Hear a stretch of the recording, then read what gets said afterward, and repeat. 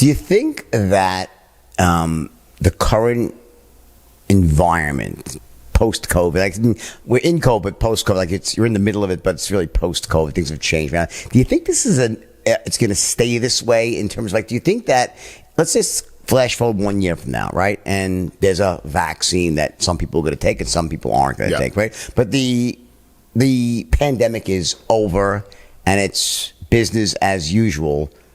Do you think business as usual looks the way it used to look, or do you think it's going to fundamentally change? I think some things will stay the same, but a lot of things will change. Like right? what? I think there's just behavioral differences. Like, for example, there's delivery, right? Let's look at that as a category.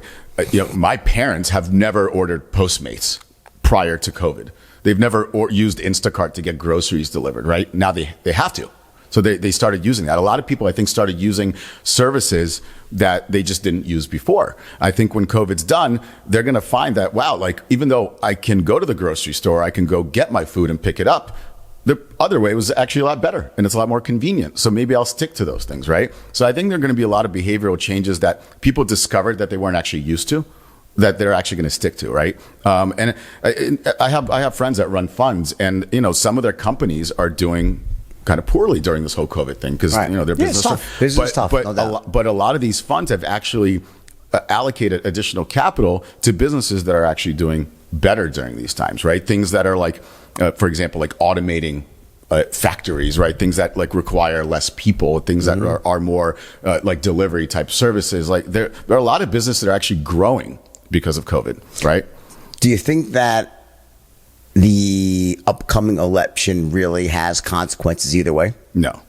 It doesn't matter. I try not to get caught up in the politics. I mean, obviously it's the talk of everything, right? I think there are views people have and definitely opposing views and different candidates. But I think at the end of the day, we've got a system in the U.S. that creates a good balance.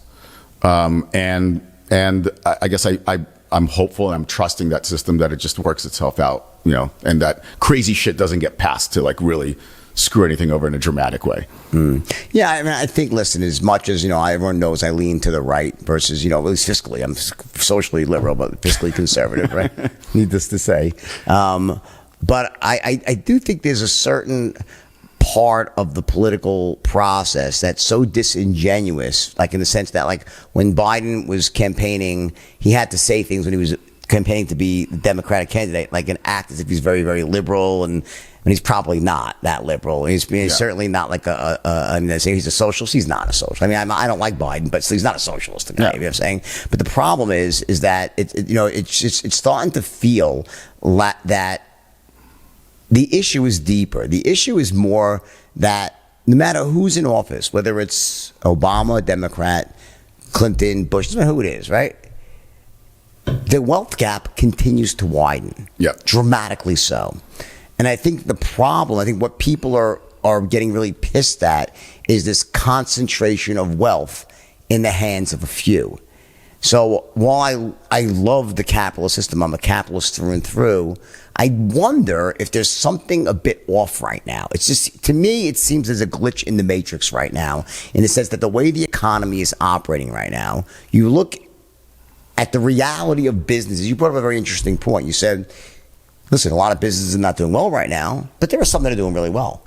If you look at the stock market, it was like reaching all-time highs because of a few massive tech companies that have created an artificially exaggerated market rally when every day on Main Street people are suffering, right? So it seems to me, and I don't begrudge Jeff Bezos, but it would seem to me that something is fundamentally wrong with a company that's allowed to run amok the way Amazon has, where it's putting average business owners either out of business or making them beholden to Amazon.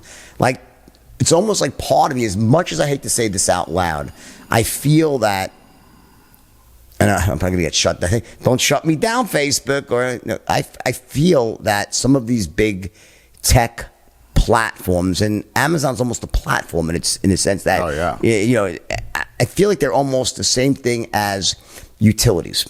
They're the highways and byways of the 1900s and the 2000s, where cars driving down the road and the mail system. No one owned the mail, theoretically. No one owns the highway. These little patches can have tolls and stuff. But it seems to me that companies like Facebook, Twitter, Google, Amazon are utilities. They're not actual businesses anymore, and they should be controlled or certainly broken up into very small pieces and forced to compete.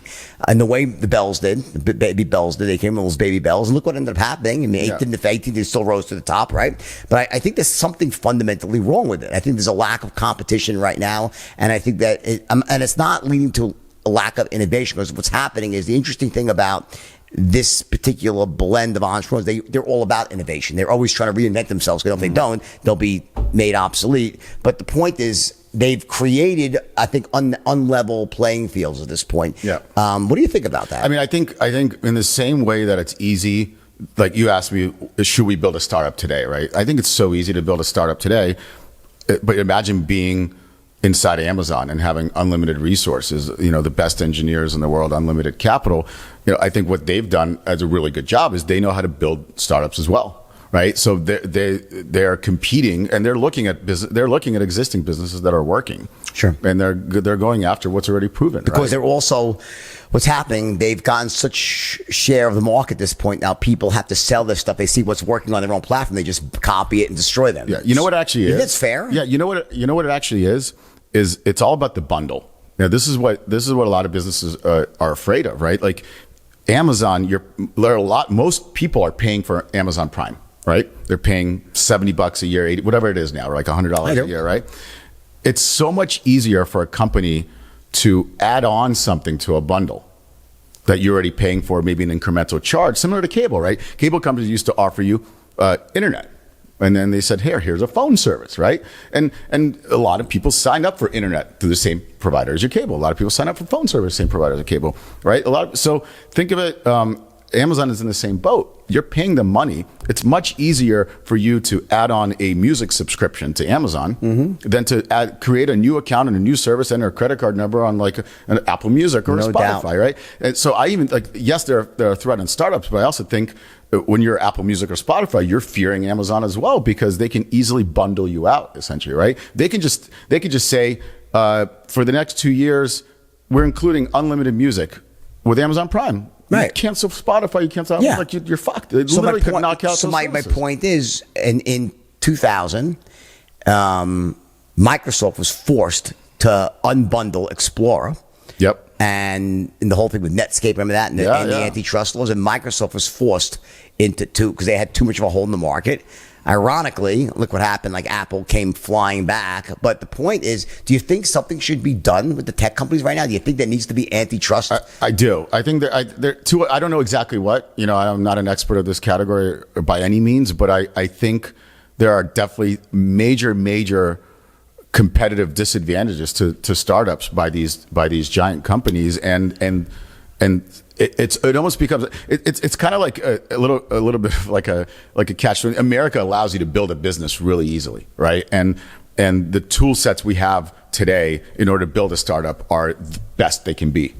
But on the other hand, from the actual tools to low capital, low rates on capital. But on the other hand, as I mentioned, but companies like Amazon, by giving them free reign to do anything they want without enough antitrust, governance on it, it's very challenging to build to a certain level.